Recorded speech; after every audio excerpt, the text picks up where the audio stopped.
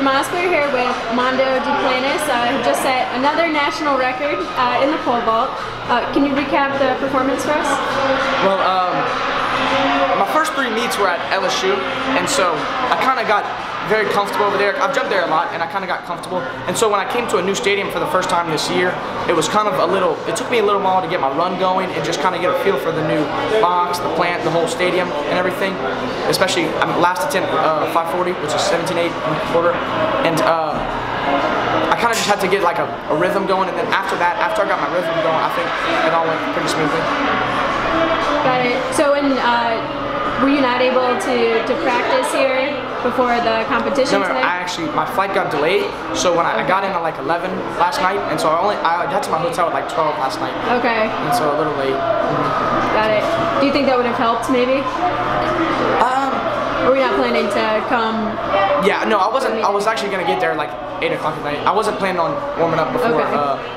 Before the day anyway. I was just gonna kind of cold turkey come out here, but I've jumped. This is my 3rd time, I think, 4th time jumping here. So I've jumped here a couple times before, so I kind of know how it is.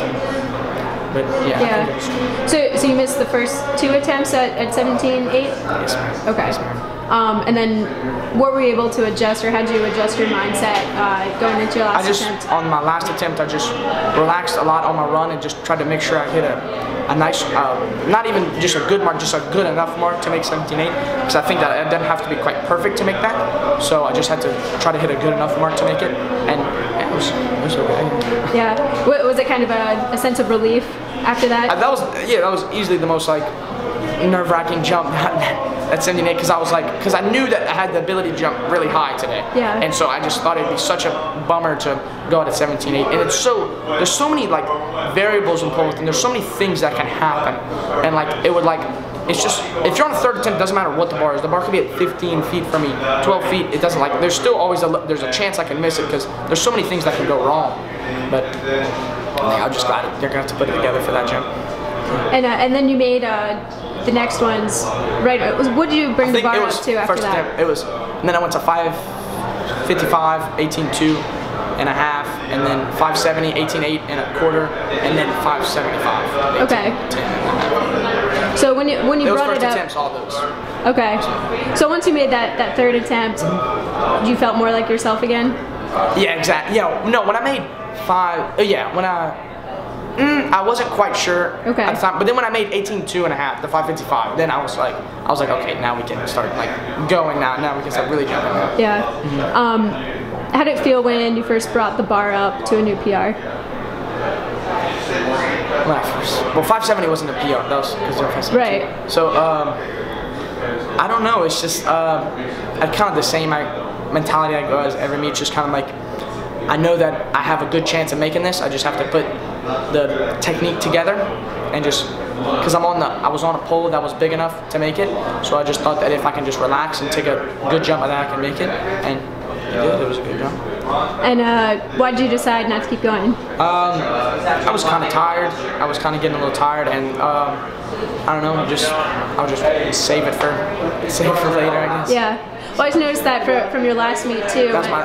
You made the record, and then you were like, okay, this is good. And it kind of, after like, that wasn't quite as big of a PR as last meet, because last meet I went from 61 to 72. That's a pretty big jump, but this wasn't quite as big of a jump. But it's still just like, I don't know, PB, it just takes a lot out of you. You just kind of like the adrenaline you get out of it.